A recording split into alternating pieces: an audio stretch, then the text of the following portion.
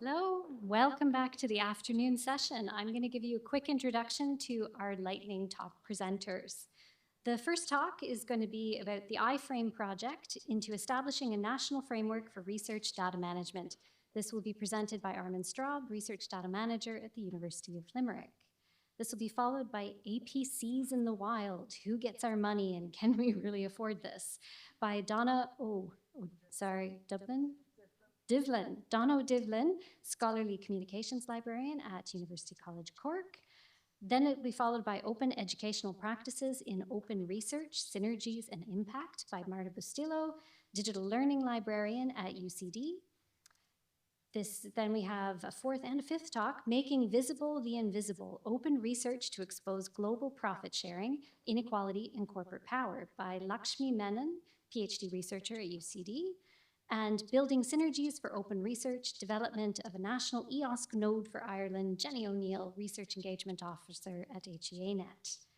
And I think that's all I'm allowed to say because I will go overtime if I stay here. So I'm going to welcome up Armin. I want to use my precious minutes to talk a little bit about research data management, in particular the iFrame project. So what we want to do is to build a national framework for research data management, and the aim of that is to improve the whole sector. So help institutions improve their support for research data management, to identify where we are already strong, where we have good practice examples so that we can learn from each other, and also identify where our weaknesses and gaps are so that we can address them in the future.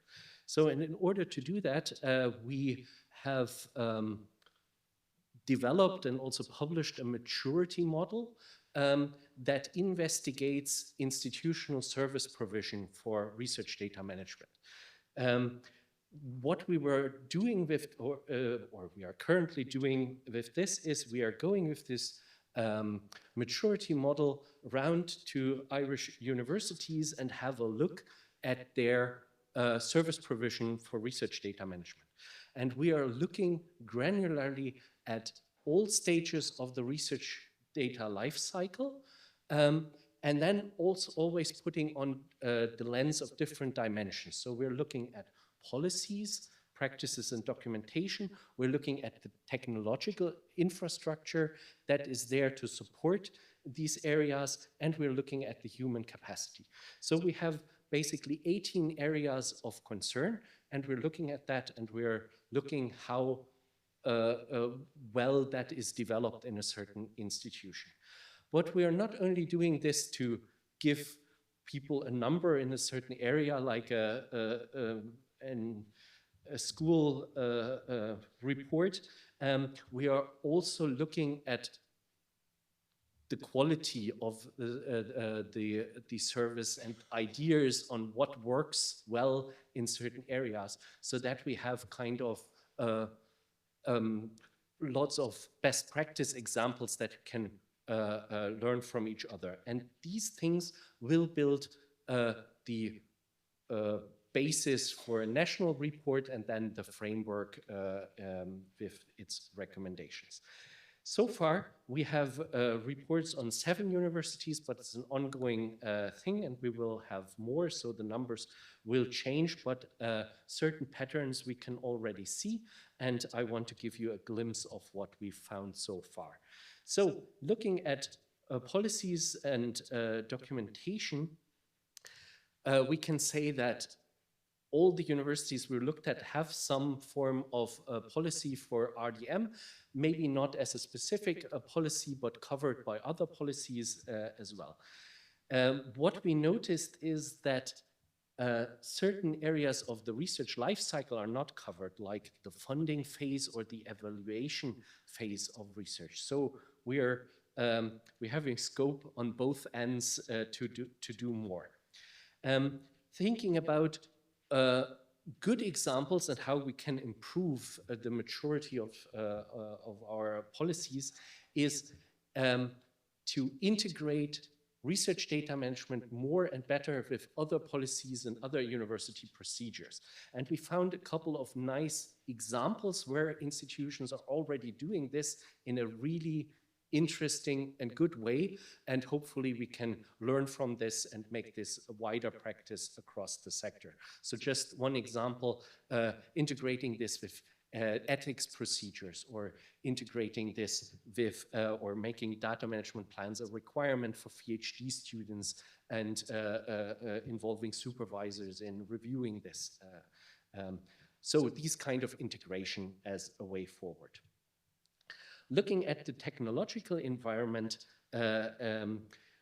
what we noticed something interesting there. So what you see here, that the disseminate phase is the one best supported, and you can immediately jump to, yeah, this is about repositories and making stuff available. The interesting bit here is that hardly any of the institutions we visited put data sets into their own repositories. This is all about picking the appropriate repository from the infrastructure available internationally or nationally that is best suited, and the support services focusing on identifying where that is and where it should go. To contrast this, in the evaluate, people have their CRIS systems at hand, but they are not using them to evaluate impact of data sets. So we have that interesting bit that there's hardly any infrastructure to publish data on an institutional level, but doing quite well in our maturity model. But in the CRIS system, we are not utilizing this. So human capacity, highest scores overall, so we are doing really well. We have committed people in this area. The focus on their support services are in planning and in dissemination. And I just want to mention the slump in the collect and analyze phase is because you need discipline-specific knowledge to support these phases. And this is something that is generally lacking in the sector, and but we have some examples on where that works, and we need to build on that and to improve that. So the almost the last slide, the overall picture. This just shows, so the blue one is the minimum score, so this is not any individual institution, it's the minimum scores overall, and the red is the maximum. So this just shows the potential from learning from each other to get from that minimum to that maximum. You can also see from the maximum that we have areas where we are, as a whole sector, are struggling and need to do something about this. So, and that leads me to the next steps. I would like to go deeper with you, with everyone, all the stakeholders, into this in an engagement workshop that will happen on the 5th of December at the HERNet offices. And there we will talk about this and also think about the framework at large, how to shape this. Thank you very much. Hi everybody, my name's Donna and I'm the Scholarly Communications Librarian in UCC. And I'm going to talk to you today a little bit about APCs in the wild. Who gets our money and can we really afford this? This research has come about by a number of, or for a number of reasons. Part of it was for me and for the team that work on the APCs is that we feel so terribly bad when people have submitted to a gold journal and there's no funding left and we're feeling really guilty. And then we heard, well, actually, you know, they've paid a lot of money in the wild, and we're thinking, how can this be? So we investigated, and actually Hardy, my manager, and my colleagues in UCC helped with this research and conducted the research initially. So what are APCs in the wild? They're article processing charges that are paid by authors outside of our IRL agreements. The sources of funding can be varied and include research grants, personal funds, supervisor and institutional support to publish research publications, open access. They are typically very difficult to gather. Really, you have no idea how, unless you've done it, trying to gather the information, because we needed access to the back end, to the aggresso of the finance system, where obviously we could access lots of information, you know, given the wrong permissions. So finance weren't very eager to give us access to the finance reporting system, but I think Hardy and the library management team managed to get permission to give us a login to get access to it. We had to learn how to run the reports. They wanted to run the reports for us, but that means we just have the data that says it was all under this code. And we actually wanted to see what does fall in their description of that code, which is article or open access publishing. And delving into the funds and cost codes and interrogating the invoices is what we wanted to do to establish if invoice charges were really related to open access costs. And I will just add that some of the findings were interesting because I could click into actually the invoice. So what we did find out, having knocked out a lot of them, and I'm sorry for anybody that I can see that actually it's very pale.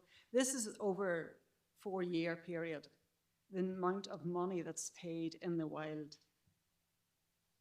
In 21, there was 369,348. It went down a bit in 2022, down a bit in 2023, and way up into, well, up a bit, and yeah, up again in 2024. So where is the money being spent on the funding being spent in the wild? We have the IRL agreements, and quite a lot of them do last, you know, they do cover the APCs. Well, here's just an example. This graph will obviously be difficult to see probably from where you're at, but I highlighted a few. In 2021, for Springer Nature, we had 18 funded APCs externally, and that went down. That stayed static for 22, increased a bit, and then it increased significantly in 2024. For MDPI, we had a lot in 21, but I'm happy to see that's actually going down. In 22, down a bit, 23, down a bit, and 24, down a bit to 12. And I would like to think that is because we're encouraging staff to look, you know, academics and researchers to look at the different publishers and their history and how their peer review process, et cetera, takes place. Frontiers is very similar, as you can see. In 21, there was 27. It went up again in 22, and then 23, and then now it's down to 9. So we're very happy with that. So should we be concerned? The average cost of an APC in 24 was 2,500. How sustainable really is spending like this? That's approximately 400,000 paid per annum by UCC on open access publishing outside of the agreements. Can you imagine multiplying that by all our organizations, and that's 1 year? So as I have noted, several publishers are raking it in by being paid under the IRL agreements, because some of them are, whilst also benefiting from the APCs in the wild. Under a number of publishers with questionable publishing practices or for-profit publishers, and not in the agreements, are receiving substantial payments. Should they benefit from our funds? I'm not really giving you an answer. I'm giving you a question. The way forward, are we happy with payments of that scale, APC payments, that scales? Should there be messages for authors about where they should publish? And I know that's a big issue with academic choice. Should we try to avoid certain publishers, and how?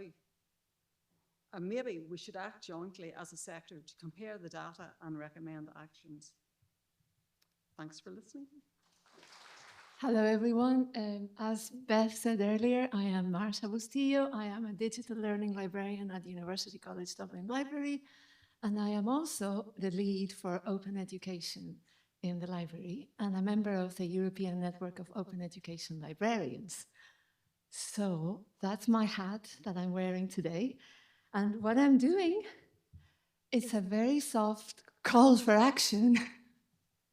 This is the plan. I'm going to talk about the synergies between open research and open education. A few practical tips for OER creation for those of you who are doing research projects. Talk a little bit about the challenges and a little bit about the impact. And that graphic I have there on the left puts open educational resources in the context of the wider open science environment. In Ireland, open educational resources are going a little bit under the radar in relation to open research and open data and all of that. So that's why I am trying to talk about this. And what are the synergies? So there's a definition of open science from the UNESCO Open Science Toolkit, and it talks about opening up the processes of creating, evaluating, sharing, exploring, and storing scientific knowledge. And then we have open education and open educational resources, which if they are properly open, they abide by the 5 R's of openness, which are revise, remix, reuse, redistribute, share, etc. So you can see the synergies when it comes to creating for open educational resources. The ability to reuse, remix is important, is a synergy. When it comes to evaluating, same about open educational resources, the ability to revise the resources so that they are evaluated and made appropriate for your own use. And then, of course, sharing, the ability to retain those resources and share them with somebody else, redistribute them in the way you want. And of course, storing, being able to take a material and keep it and not just kind of have it disappear from your computer after you download it. Okay, so a few practical tips. Make a decision. If you have a research project and some of your outputs are of an educational nature, decide to make them open educational resources. Put it into your grant. Make room for them through your budget, your timeline, your training, etc. And then, once you decide to make them editable and make them pretty. And sometimes those two things are not compatible, but you can have both. If you want something to look really sleek and you need to use something like Articulate Storyline, which is a proprietary piece of software, then make another version, which is a plain text document with all the wording for your resource that somebody can just grab and copy and paste and edit. Then, who are the community that you are addressing with your research project? Who are your stakeholders? Who are the people outside the academic environment who will benefit from this resource? Engage with them and co-create with them, whether they are citizen scientists, whether they are students, and work with them as partners and not just as somebody to be told what to do. And then make OER visible. And by that I mean, if you are publishing your research project, putting it into your CRIS, putting it into different repositories, then take that OER that you have created and tag it in the same places. And please use PIDs, as I learned today, because they will, and use metadata, and of course I am a librarian, so I had to say metadata at some point in my talk. Use metadata to actually make your resources discoverable. Now, I realize that for researchers, there are challenges with this, particularly when it comes to recognition, because at the moment there is very little recognition of the effort that it requires to learn about open educational practices and incorporate them into your research.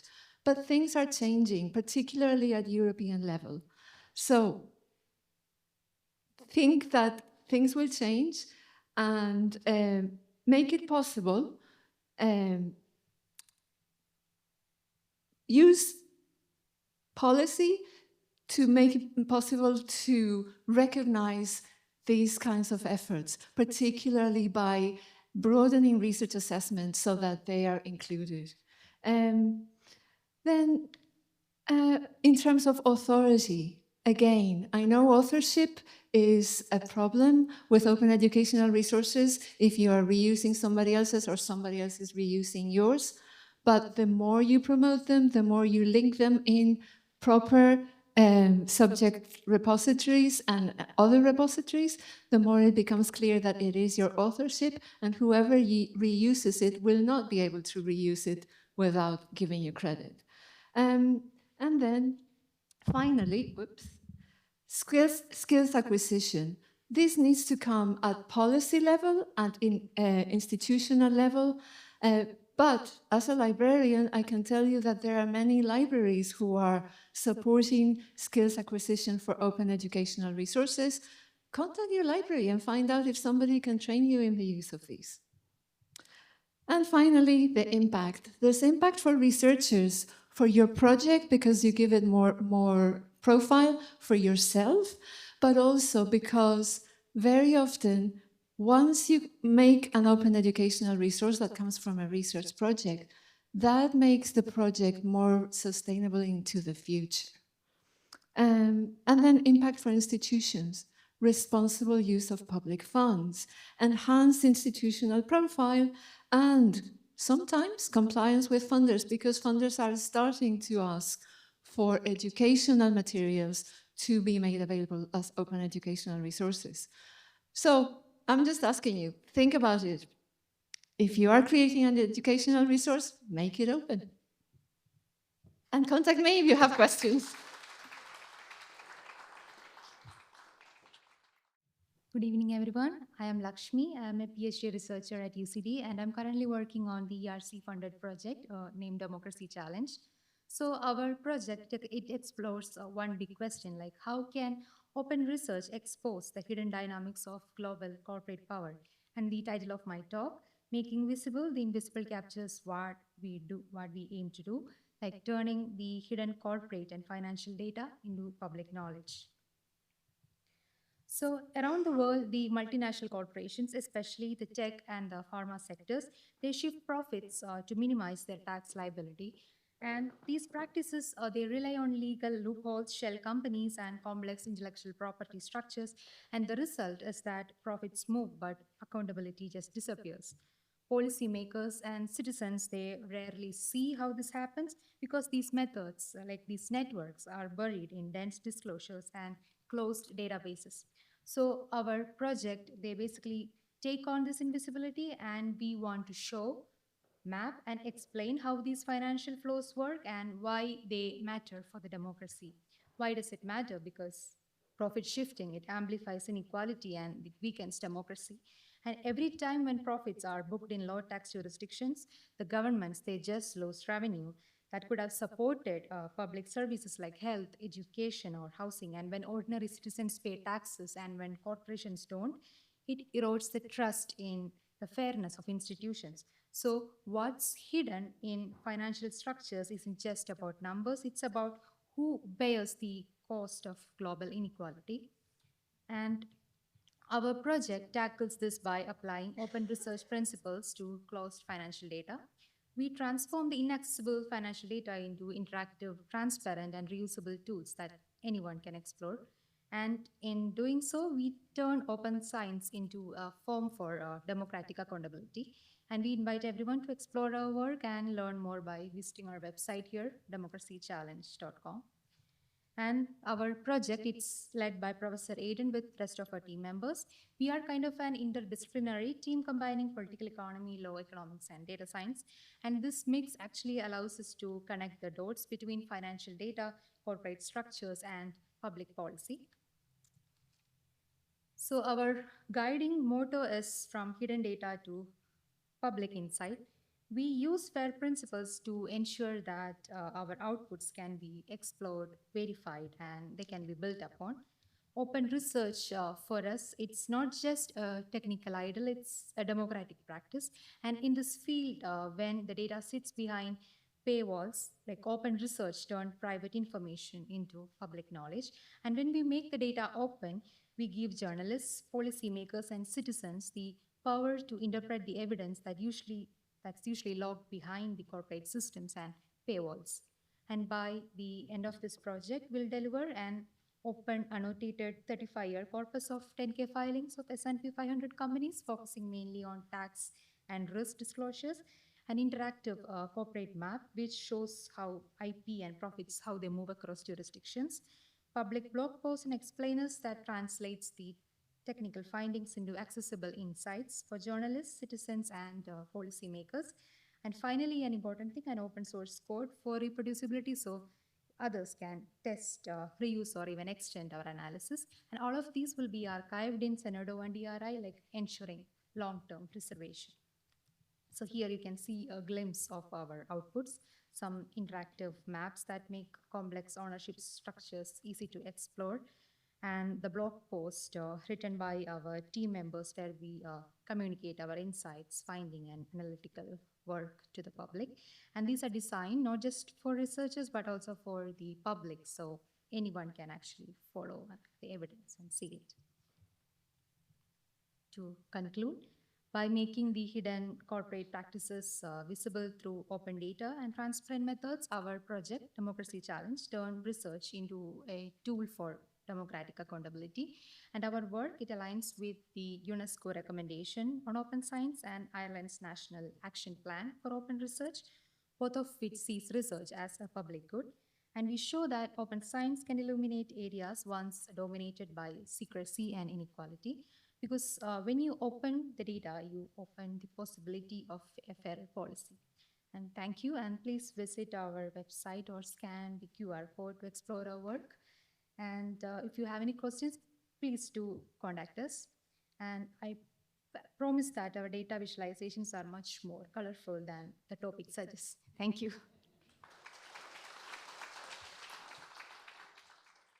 Hi, everybody. Good afternoon. So my name is Jenny O'Neill, and I'm Research Engagement Officer with HEANet. And I'm going to talk to you this afternoon about development of a national EOSC node for Ireland.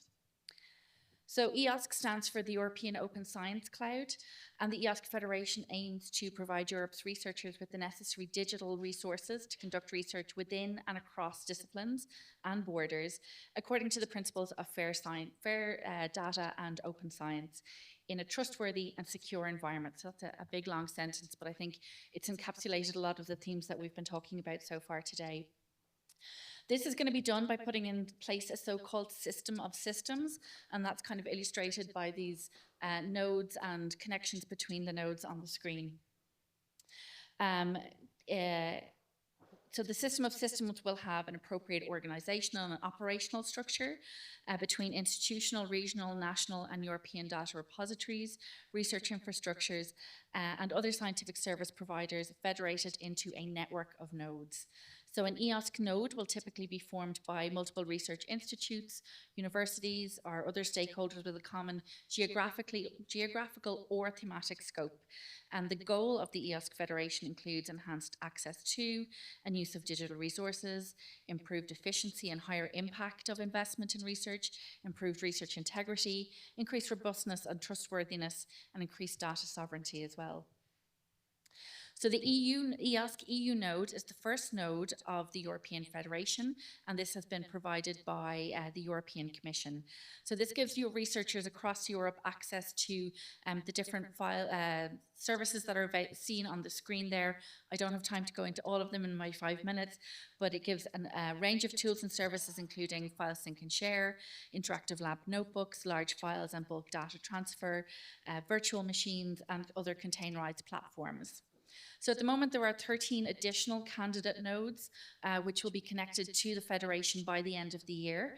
And examples of these include national nodes from Finland, from Poland, from Germany, and from the Netherlands, as well as thematic nodes from, for example, biobanking and biomolecular studies, the BBML ERIC, life sciences, including Elixir, and CERN. And I was just at the EOSC Symposium, came back yesterday, where all of these different nodes, we're showcasing what they are going to be doing and delivering for researchers in Europe. And I have to say, it's really exciting. So what have we been doing in Ireland? So here we can see a timeline of events. Nominated by DFERIS, HANet is the EOSC-associated mandated organisation for Ireland.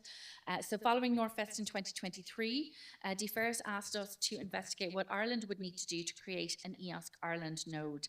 So we submitted a paper to DFERIS in 2024, and the main recommendation coming out of that is that we could not do this on our own, that we needed to develop a national paper. So towards the end of 2024, the research engagement team, myself and my colleague Roberto, hosted a webinar to show progress to date and ask for volunteers in that national paper. So on screen, you can see a picture from a workshop that we held only a couple of months ago. So version 1 of the national paper was published in the spring of 2025 as a step towards further consultation. We then held a series of one-to-one briefings with stakeholders across the research life cycle. And we held this in-person workshop in the HANet offices with representations from across the whole research landscape. So the final version of this national paper was published in July of this year and submitted to DFERIS for their evaluation. We also produced a number of one-page briefs aimed at researchers, funders and policymakers, and then institutional leads as well. And there's a QR code there that you can find links to all of those on Zenodo. So recognizing the importance of this work, we co-developed a business case together with DFERIS. They have been incredibly helpful and incredibly supportive in bringing this work forward. So the overall recommendations coming from that final paper was that we should do some detailed planning for an EOSC Ireland node to occur via a CSA or a coordination and support action, followed by a full implementation. So the project that we have proposed includes partners from across the research, Irish research and academia community, including iCheck, TU Dublin, DRI and others, and UL, and we will recommend architectural and technical solutions, propose governance, business and funding models, and drive stakeholder engagement. And I'm delighted to say that DFERIS have agreed to fund this initial 12-month project, and we kick off in early 2026. So we're really, really excited to really get our teeth into this, and we have to thank DFERIS for their support along the whole way. So establishing the EOSC Ireland node is a strategic step towards achieving key national policy objectives in research, innovation and digital transformation, including Impact 2030, the European Research Area Priority Actions on Open Science, the NORF Action Plan for Open Research, and our Open Data Strategy as well. It will also enable researchers to conduct high-quality, reproducible research and drive new scientific discoveries. So in the second half of 2026, we will be hosting the EU presidency, offering a chance to showcase our leadership in open research through this CSA. So I want to thank you all very much for your time this afternoon. If anybody is interested in getting involved with the project or would like to find out a little bit more, please do contact me. Thanks very much.